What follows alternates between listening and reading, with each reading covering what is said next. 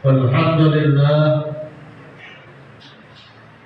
لله الذي جعل رمضان شهرا مباركا وقيام ليله تطوعا وصيام نهاره واجبا وثواب العمل فيه مضاعفا. أشهد أن لا إله إلا الله وأشهد أن محمدا رسول الله. اللهم صل وسلم وبارك على سيدنا محمد وعلى آله وصحبه أجمعين. أما بعد، فيا عباد الله، أوصيكم وإياي بتقوى الله وطاعته فقد فاز المتقون. وقال تعالى في كتابه الكريم: أعوذ بالله من الشيطان الرجيم. يا أيها الذين آمنوا كتب عليكم الصيام كما كتب على الذين من قبلكم لعلكم تتقون. صدق الله العظيم. Masyaallah muslimin, jamaah Jumat hadanallah wa iyyakum ajma'in. Alhamdulillah, kita patut bersyukur kepada Allah Subhanahu wa taala di hari Jumat terakhir bulan Sya'ban. Kita masih diberikan nikmat panjang umur, nikmat sehat walafiat. Ini pekan yang sangat berharga dalam rangka menyambut datangnya bulan suci Ramadan.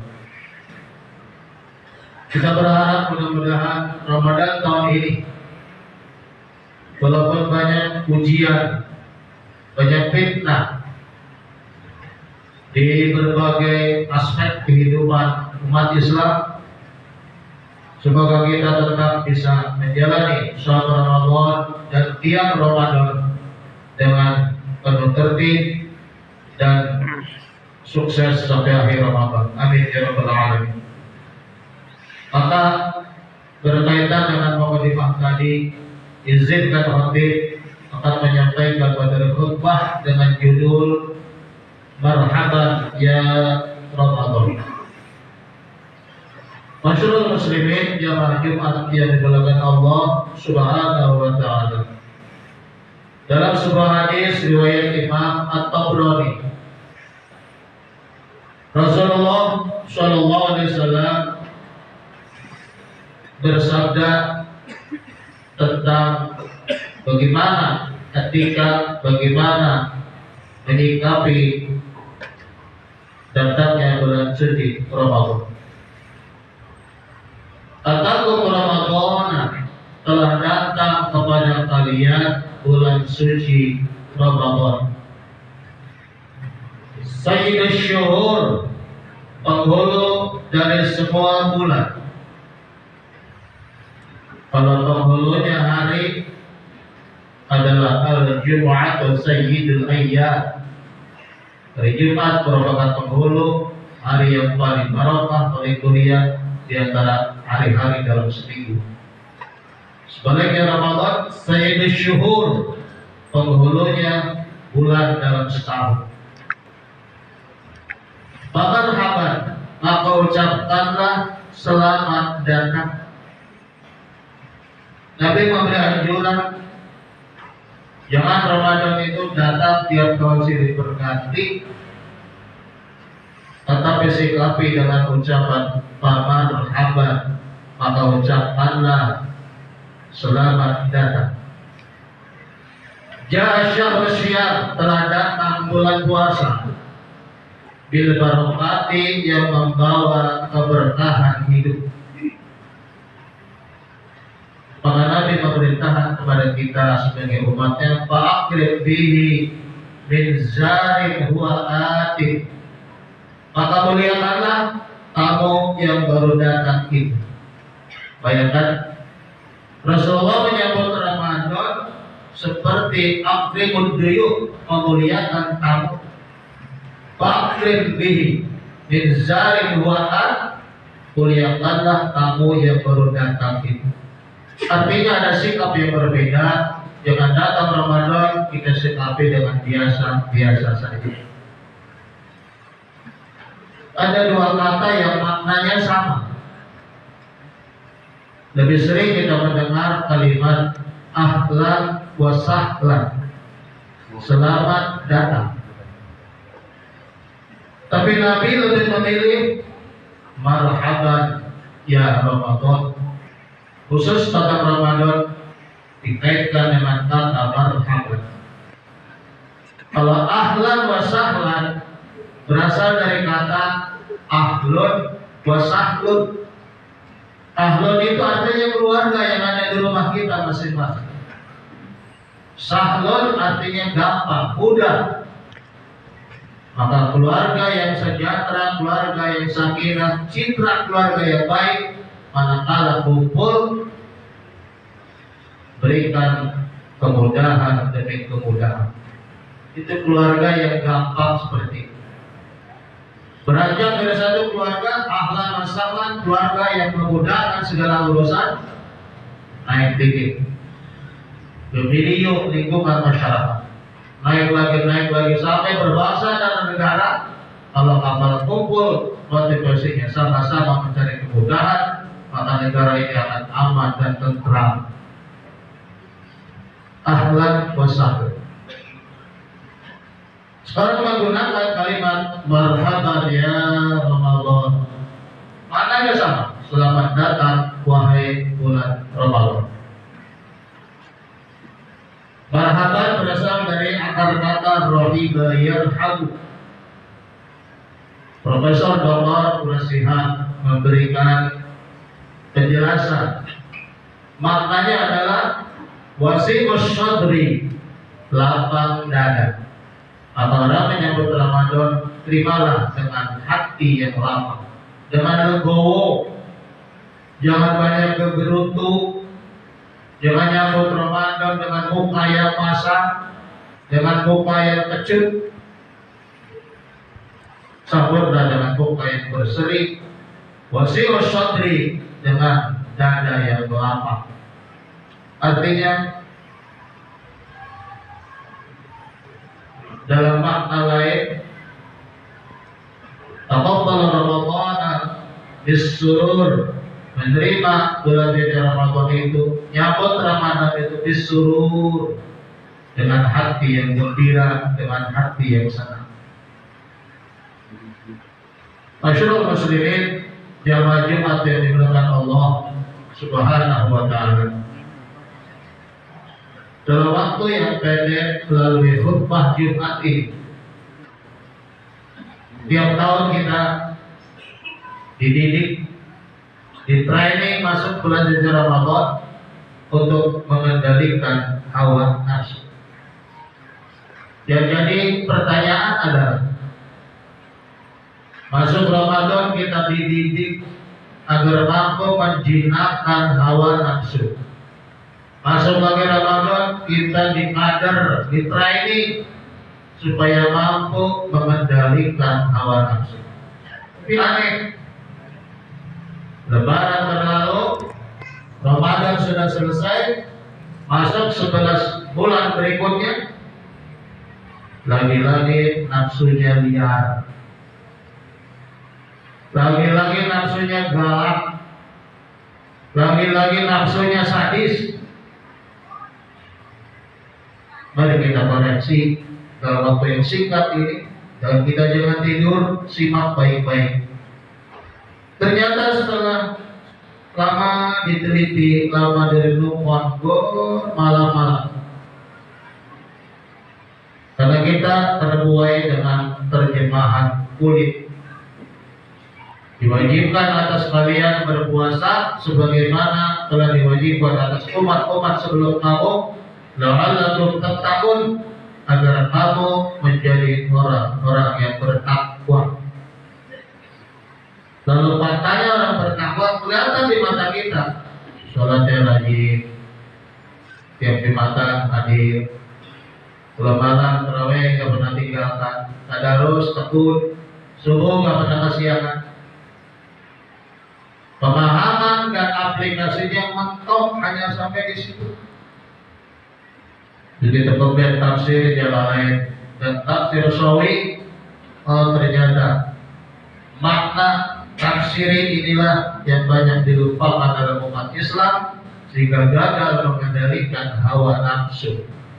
La'allakum tattaqun diartikan khasyallaha 'anil ma'asi, takut kepada Allah 'anil ma'asi, dari perbuatan maksiat.